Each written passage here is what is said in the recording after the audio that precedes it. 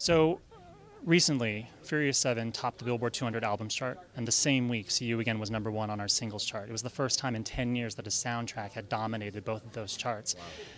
Right? What does it mean to you to see the success of Furious 7 and its music, today? I think it's the ultimate toast to our brother and Paul Walker. I think, it's one thing to love somebody on a personal level and think they're just one of the best people you've ever met.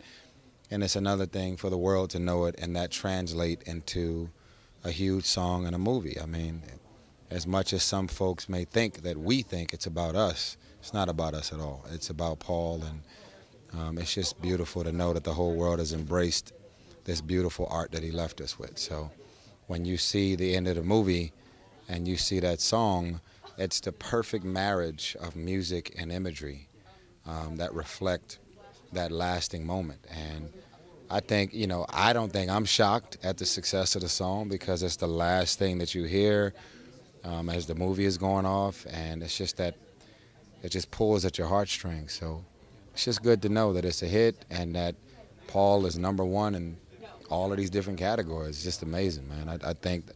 I just hope that the world continue to remember him, embrace him, because I'm sure it's done a lot for his daughter's confidence to know that her dad is being celebrated as much as he is around the world.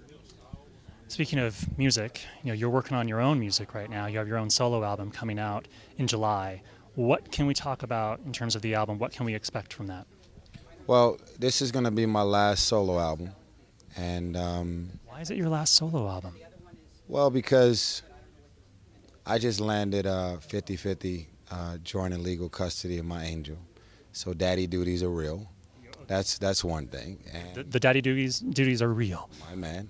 And we all know that the state of the music business is very different now. So I never said I wasn't going to do music anymore, but as far as the time and energy into a solo album, I just think my headspace is somewhere else right now. And so what I wanted to do was, instead of just dropping an album, here's an album, I'm giving the fans too much content. I have a double album. It's a book. It's my first audio book, my third book, first audio book. It's a documentary about the making of everything I just mentioned. My second single is called Shame, and I wrote a short film, which is called Shame, and it's 23 minutes long, produced by Denzel Washington, starring myself and Jennifer Hudson, directed by Paul Hunter.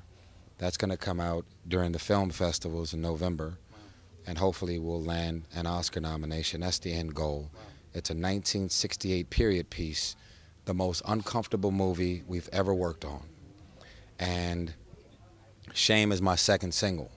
So it's out there, and yeah, it's my baby. I got in the basement and I said, you know what, I'm gonna give the fans more than enough for supporting every aspect of my career for the last 20 years. Releasing just an album is boring, so I'm giving them my everything. How do you have time for all that? Seriously, because short film, the book, and the album, and the movies that you're working on, and your family, it's got to be kind of crazy right now. I'm addicted to creativity. I realized that a couple years ago, and I feel like I didn't want to be another person who lived and died and didn't do anything significant. So this double album and this entire Black Rose universe is my way of saying thank you. And it's not about the sales, it's not about charts. It's about just saying I put my best in everything that I did, and come 7/10/15 when it comes, I can't wait for the world to experience it. And with that, I'll let you go, sir. Thank you very much. Have a nice one. Thank you.